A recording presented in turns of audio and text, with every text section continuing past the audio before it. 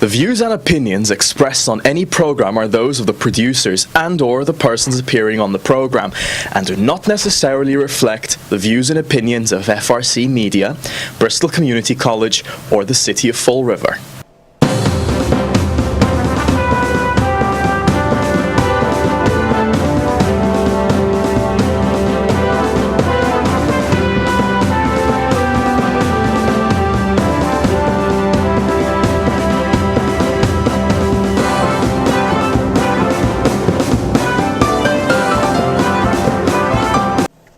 Well, hello there, and welcome to Spindle City Straight Talk.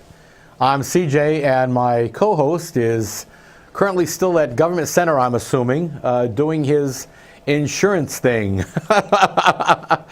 as an IAC representative and a retiree representative. So let's get right to the business of the day.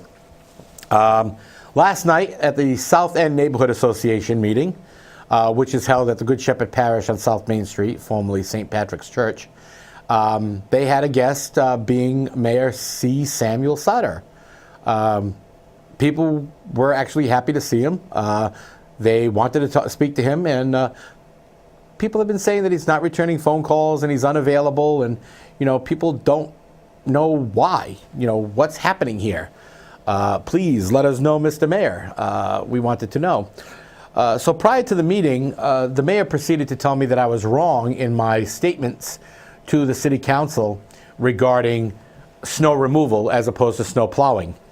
And I started to get into it, but he had to speak, so he then took the podium, started to speak to the people that were assembled, and insisted that Fall River did a great job on snow management here in Fall River for what we have.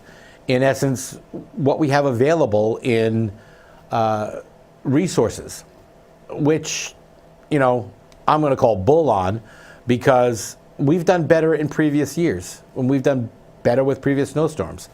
But that's, again, my opinion. It's interesting, though, that the mayor then said that he compared the response of cities and towns similar to Fall River, i.e. Providence, Cranston, New Bedford, and found that we did a much better job.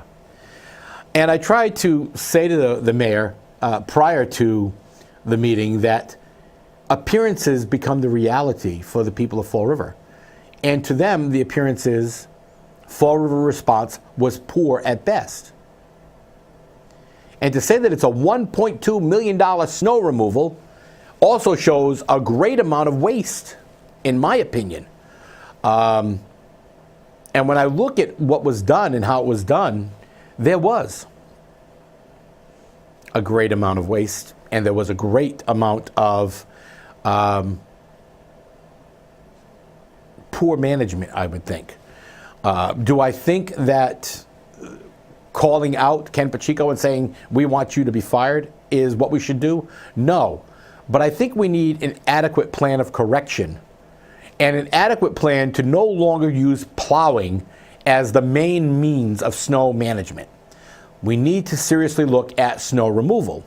Now, I've spoken about that before, as you know, and the mayor actually said I was wrong on that before the meeting, and it really flabbergasted me. I was dumbfounded by it.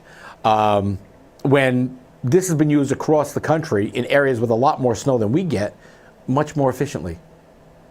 So I have to ask, why am I wrong?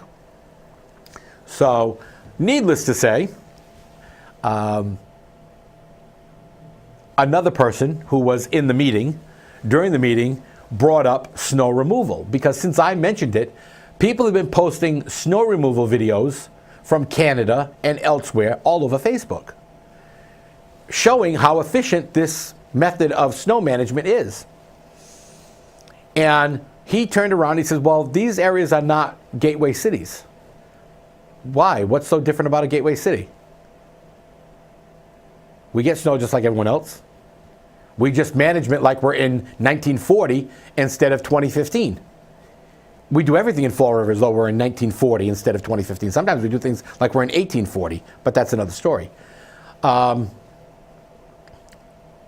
when people at that meeting started to say, oh no, they do this in New Hampshire, they do this in Maine, they do this in upstate New York. And even today I found out that they do it also out in the Worcester area. Now all of a sudden, this is an acceptable thing because the mayor turned around and said, well, I'll now have to look into this last night. Am I wrong or am I right? I can't be both. So this is the question we have. And a lot of issues came up in this. And yesterday it was announced by the city council agenda for the ordinance committee that the mayor has requested that the chief operating officer or the chief of operations position be removed from the ordinance, as that person is going to become the chief of staff, which is already in ordinance. So one way or another, this person was getting the job, even though they don't want to live in Fall River.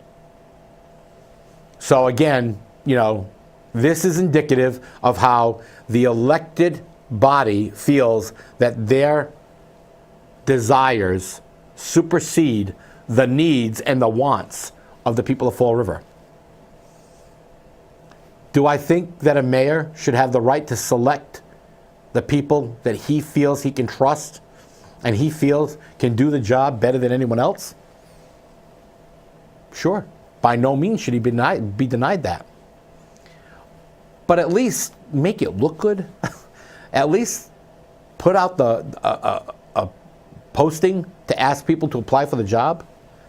I mean, and then to turn around and ask for an emergency preamble on the position of special assistant to the mayor, a $45,000 a year job for what appears to be a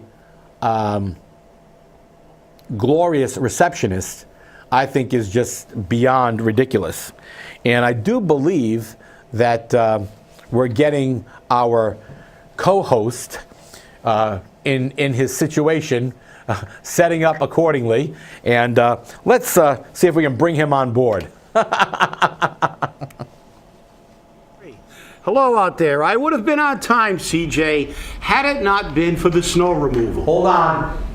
Okay. For some reason, we don't have... I am on mic 12. There you go. Okay. Can you We got you now.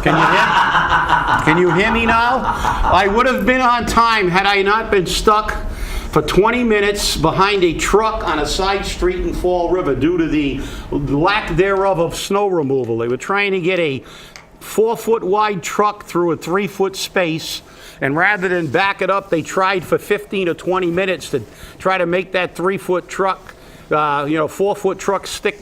You get through a 3-foot space, and it was very frustrating to say the least. And I know you've had some discussion on snow removal, but I can tell you out there, if you can, stay on the main roads, stay on the wider streets, because there are some streets in this city that is still impassable or very extremely narrow. There's supposed to be 2 ways, yet there's only 1 lane. It's still a catastrophe out there on the side streets. Well, we do such efficient snow removal in Fall River, as I was speaking about just before you came in. And the wonderful job, according to the mayor and his statistics, that we did. So it is what it is. But I also spoke about the fact that he's asked for an emergency preamble to hire his glorified receptionist, and he's just going to move Lou Pacheco's job from chief of operations to chief of staff. So you get what you want one way or the other.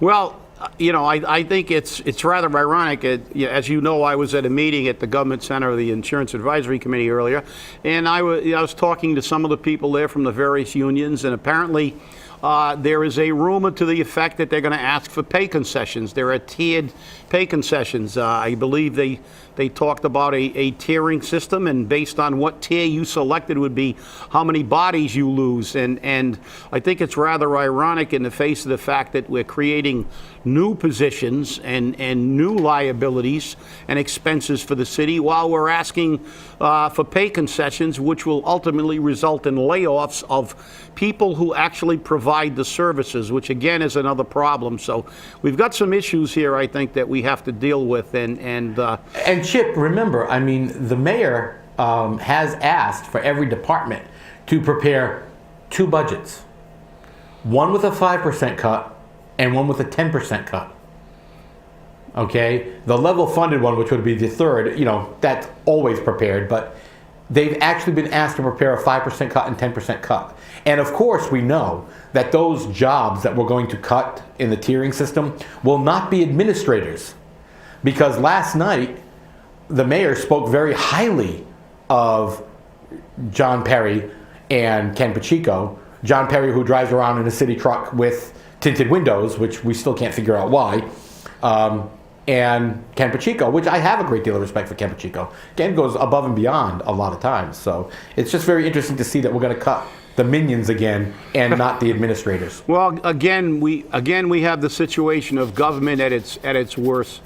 Again, cutting the people who provide the services. Cutting, if there are cuts, 10%, 5%, which are translated into bodies, I guarantee you there will not be a lot of administrative or supervisory positions cut. The reality is, in most of these departments, these supervisory positions are normally given to people who are connected.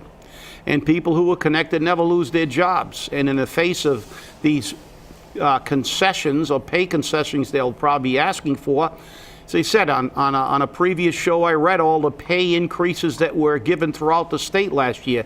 23% to the sheriffs and the judges, 15% to the DAs, 1.6 million set aside for state house pay raises to our representatives, and additional monies forthcoming. It's kind of like it's kind of like we're bipolar in this state. We want, we complain about a lack of money, but we continue to give the people who do the least the pay raises, because it's the oldest ploy in politics. Cut services and force the people into choosing services or pay more taxes. Well, there is another alternative. That is, vote these people who do this out of office. Chip, I've looked at the city council now, I've looked at the school committee, and I've looked at several mayors. And like you, we've had our run-ins with them, we've argued with them, we've fought, we've always been gentlemen about it. But in 20 plus years, I've never seen the system change. And people wonder why Fall River is still in the financial fiasco it's in. They turn around and they say, well, we used to be the manufacturing capital of the world. We produced all the clothes you wore on your back, and we did all of that. But they pulled out of here, and, we weren't ready for that. Why weren't you ready for that? It's not like it was a big secret. It was happening progressively over a period of almost 10 years. But for 10 years, Fall River did its best, and you know what their best exercise is, don't you? Mm-hmm. Hiding their head in the sand. I mean, that's Fall River's best exercise, that's for sure. Also one of their greatest attributes, and I see we have a guest, we'll be getting him on here shortly, but I've got to get this little thing out. One of the greatest things we also have is revisionist history, also called political amnesia. I love it when people talk about Fall River's golden age, a time when we had, 165,000 people, and there were jobs everywhere. Yeah, there were jobs everywhere. Kids were chained to the machines. We had child labor. This city was a crap hole then too. It just had a lot more people stuffed into a lot more cold water flats. As a matter of fact, I'm going to bring in a book for Wednesday's show and read you the testimony in the 1800s of a mule spinner from Fall River, Massachusetts, who testified before the United States Senate on how he managed to survive on I don't know what it was, $300 or $200 a year for salary, and how he had to go and steal wood from the railroad ties and go down to the Taunton River to try to get some quahogs so they could eat. This was the golden age of Fall River. when we had millionaires sitting in the Highlands and people working for 11 cents an hour and 14-hour days chained to the machines in the mills. And that is not a golden age, people. That was an age of the poor being taken advantage of no labor laws, of repression, of basically in being an indentured servant. People were forced to work 14 hours. They had no protection, and it was not a golden age. We had a lot of people, but the city was not that great either. We had the privileged few then, as we have the privileged few today. And with that, we have a guest in our show today. Yes, ladies and gentlemen, I want to introduce Josh Font to the audience. Josh, welcome to the show. Thank you for having me, Chip. It's always a pleasure to be on with you guys and, hanging out with you guys. Well, it's nice, and I know you are a declared candidate for city council, and why don't you tell us a little bit about why you want to take on this awesome responsibility in a city like this? Well, as you know, and CJ knows, a lot of people out there know I was one of the 12 on an affidavit to get the mayor out of office, which we succeeded in doing. The reason why, the number one reason why I want to run for city council is because I believe that with this recall, we can see more transparency. And I think that the people of Fall River finally have woken up, have seen the old politics in Fall River obviously be demolished, and they want to see a new road, a new future.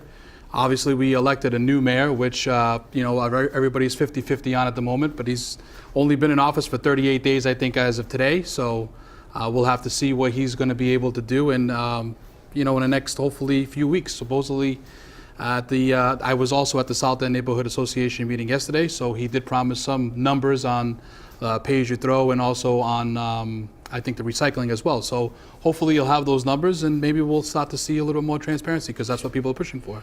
Well, I hope that's true.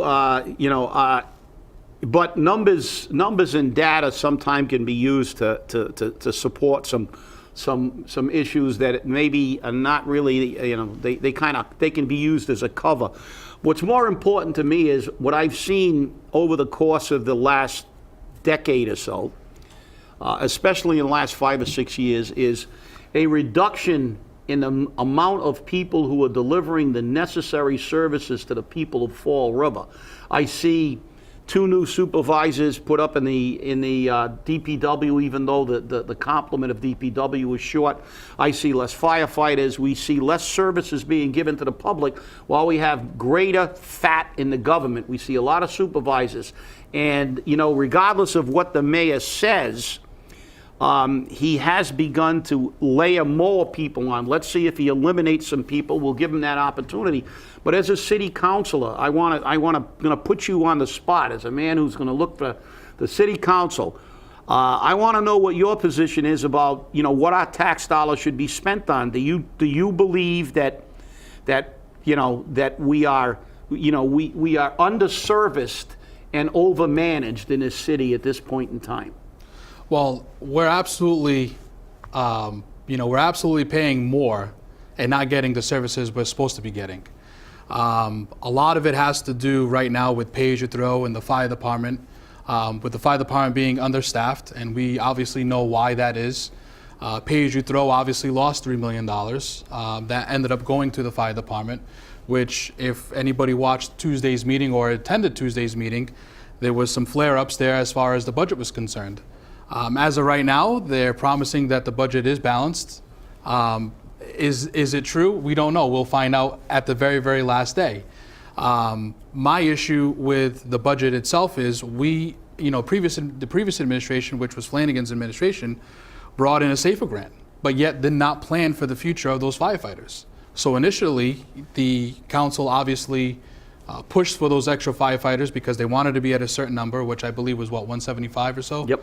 So they're at 175. So initially, that $3 million from pay as you throw, from sanitation, is paying for those 28 firefighters, I believe, or 25 firefighters. And so, as far as the $3 million is concerned, I think it's an issue that the people of Fall River have, because it's money that has been wasted, that has not been planned for, And, this administration is going to have its challenges in renegotiating certain contracts as far as the city's concerned. And as far as the administration, I think we are top heavy. And I think that, a few cuts here and there might make that difference as far as, the budget is concerned. Well, I agree. I think we need a lot. We need a lot of cutting. We need a lot of reorganization. And the reality of that is that, we need to provide services. It's my opinion, and it's only mine. It's my opinion. But as a taxpayer, as someone who has been involved with negotiating with the city for a very long time, it really upsets me when I see my tax dollars being paid to people who provide me no services, while I see my services being curtailed and having less and less people to provide me those services. And it also upsets me when I see things that are that to me are basically contradictory. As CJ said, the mayor's asked for a budget to be produced with a 5% reduction, a 10% reduction. And in fact, if our city administrator was correct that we are on point, the budget is balanced, why do we need to look at a projected budget, with less money? CJ, your mic's off. Yeah, I'm sorry, I had to shut it off. I had some work going on here in the booth. My big question is this: why are we already talking about a $5 to $7 million shortfall, which everyone thought was in this year's budget, but now maybe in next year's budget? Next year's budget hasn't even come out yet, and we're already talking about a shortfall. So where is this mysterious shortfall? Is it this year? Is it next year? What's happening? And the other big thing that I mentioned to Josh in the past, when I've spoken to you about this, we deal every year with, well, the free cash will take care of it. Let me give you the definition for free cash.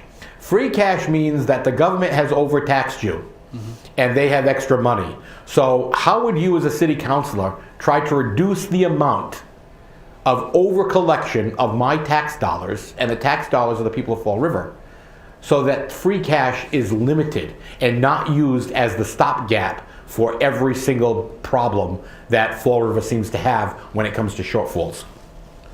Well, that's a really good question. My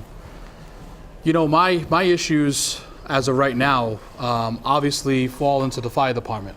We are understaffed, in that area. I truly believe we are understaffed on the police department as well. So I think that if we end up with a $3 million cash, flow that they're saying, I think that money should be invested back into the public safety, at least for now, until we can see what we can get down the road with this new budget that supposedly, Mayor Sutter is saying he's going to have some good economic development, issues there that he's going to be able to tackle. Now, whether or not that's true, the problem that I have right now is that no one is able to give us a clear-cut answer as to, what the numbers are or what the numbers are going to project. Everybody's got rose-colored glasses on at the moment. But when I first took the council, when I did the citizens' input, I did bring up the net school spending. And the previous administration was all about, education, but yet they put education on the back burner, with a $3.5 million shortfall. This past year, we've also received a grant for the police department for $1.25 million, which $1.14 million of those dollars needs to be guaranteed in the 2016 budget.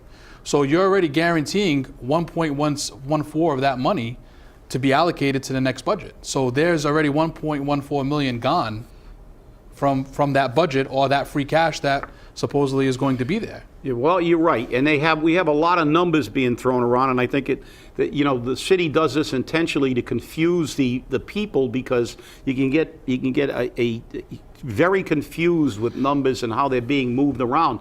But the other thing is, CJ, it's not only overtaxation, it's also something that's always bothered me about this community. What they do is, the people who deliver the services, if they retire or leave the job during a year, they're not replaced immediately. So it creates more overtime. It creates less personnel to provide essential services. For years, I watched firefighters retire from the job, and their positions go unfilled for almost an entire year. So the city could take that money from their Blue Cross and their salaries at the end of the year and roll it over into free cash. And that's done in every single department. And what that translates to for the real people is less service. Yes, exactly. Less service for our tax dollars while the city sits on these positions. You know, they won't go very long without one of their administrative positions being unfilled. Yet, when it comes to a firefighter, a police officer, a DPW person, a person who collects your bills at City Hall, they'll let that position go unfunded for a year or so. And that brings me to one of the problems with all these numbers. We're going to use an expletive, a word that is really a heinous kind of word to be used in this city. It's looked upon as it's almost, you know, we could create a furor by saying it, but I'm going to say it. Full and independent audit. Oh, no. An audit. That's what we need in this city. We have to know where the money is. You look at the Newton budget. You go online and look at the Newton budget, you'll see they have everything they accomplished last year in every department. They have everything that is set for this year. And then they have a very clear and concise list of all the expenditures. So anybody can walk in and go, all right, this is where all the money is. This is where it adds up. Fall River, you can't do that. Nobody can give you an answer. Even our city administrator. Full and independent audit, too many numbers, too much data, because data is just this pile of crap they pile on everybody to make them completely lose sight of what the real issue is. It's like, you know, the mayor provided data on snow removal. Where did he get that data? How effective is that data? It's crap. I want to see real time. What counts is, are the people happy with the way the snow was removed? No. Some aren't. And it's the same thing with services. We have a city that has a lot of poor people. We need services, and those positions are held hostage for free cash, and we need an audit. So how do you feel about that? Well, we definitely need an audit. That's something that I think all three of us have discussed privately. The audit is something that is definitely necessary. I think that they're going to find that they may not find everything, but I think they're going to find something. And obviously, in the last 5 years, we have seen money is not being used appropriately. They've been mismanaged, and that was from the previous administration.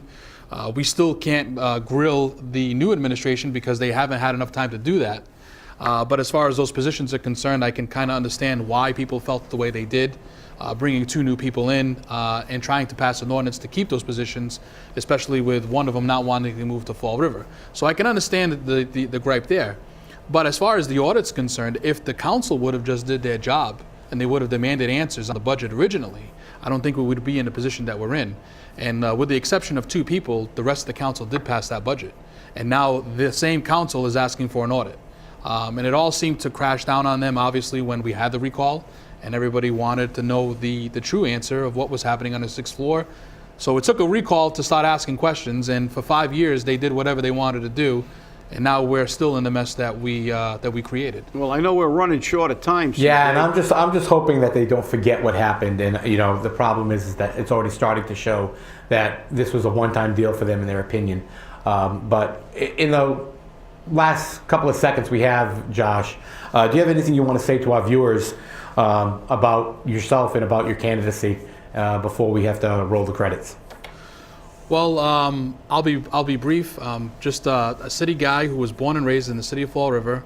I was not involved heavily in politics as I was when it came down to the recall. I was called upon by CJ and a few other people to show up to some of the meetings, and also to make clear that the city needed some change. So I'm running for city council because I want to continue to see that change. I'm running for city council because I have serious questions about the budget, and my first time I went to the city council and did citizens input, I spoke highly about the budget, and there are some issues that are going on with the CSO project and nobody doing anything about it. We also have safer grants that expired, and we continue to run our city on grants, which is not the right thing to do. We need to make sure that our budget is at the 100% and not at the 90%. So as a candidate for city council, that is my main obligation, making sure that that budget is balanced and making sure that we're putting people before politics and making sure that all the monies are accounted for 100%. Well, that sounds good to me. Good luck. We need new blood. That's what keeps the city vibrant, new blood. Good luck in your candidacy. Thanks for watching Spindle City Straight Talk. Have a great day. and avoid the yellow snow.